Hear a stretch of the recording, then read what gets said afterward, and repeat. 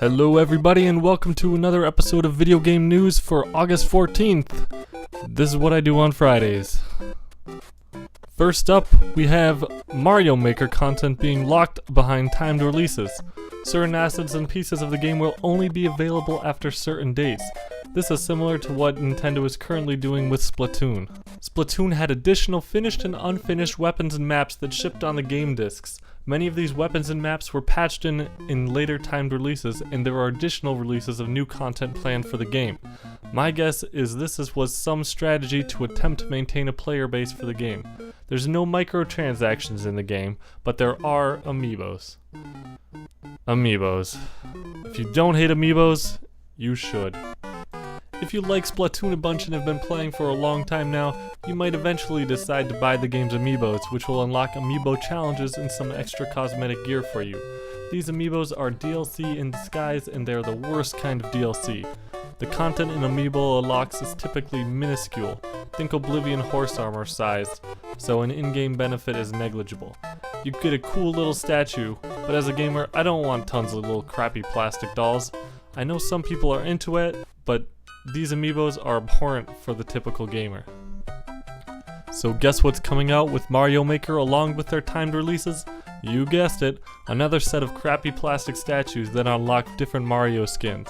It almost makes me gag that Nintendo is adding Isabella, the mayor's aide from Animal Crossing, as a skin for Mario. Since when does Mario need more skins? The Mario game has done well for itself by adding additional characters with abilities, but from the very beginning there's only been one other skin for Mario, and that's always been Luigi. Skinning Mario with a bunch of random characters from random games is a waste of development effort and a blatant value creation method for the poor sods who thought the Isabella or any of the other less mainstream Amiibos would be a solid purchase.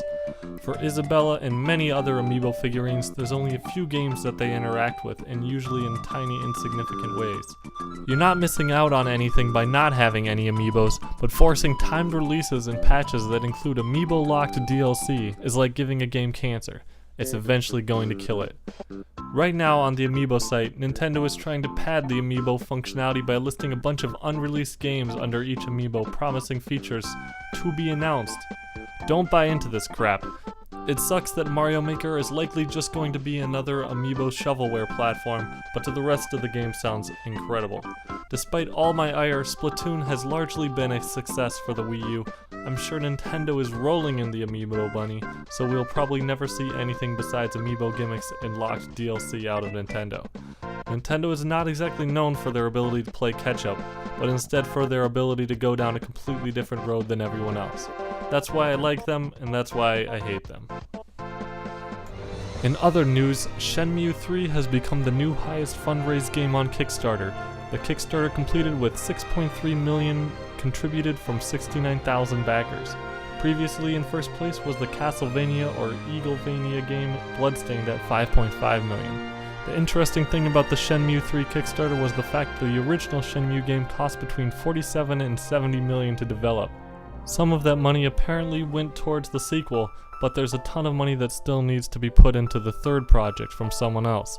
I like the idea of Kickstarter for creating games that wouldn't have otherwise been created, but if someone is kicking in $47 to $70 million for a project, an extra $6 million isn't going to matter much. The original $2 million goal that the Kickstarter was asking for is a pittance compared to the rest of the budget for the game, which begs the question, why bother with Kickstarter?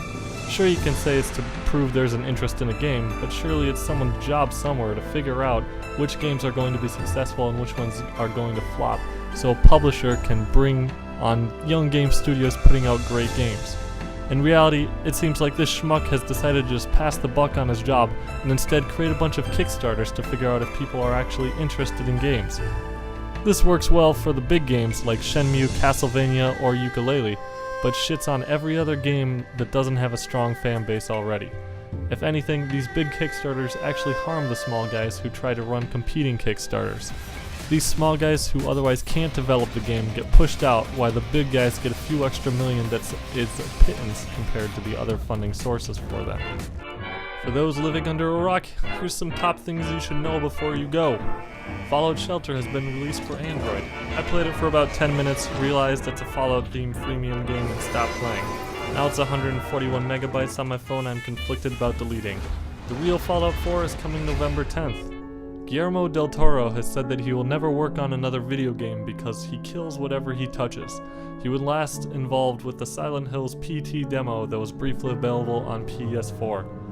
Twitchcon is coming up starting September 25th. It runs for a whopping 2 days in San Francisco and has all your favorites there. This just sounds like a giant circle jerk / cult of personality neckbeard festival. I hope it goes great for everyone. That's all I have for you this month. I'll see you in another 4. 1, 2, 3, Kevin, chat 1, 2, 3, thank you so much for the sub.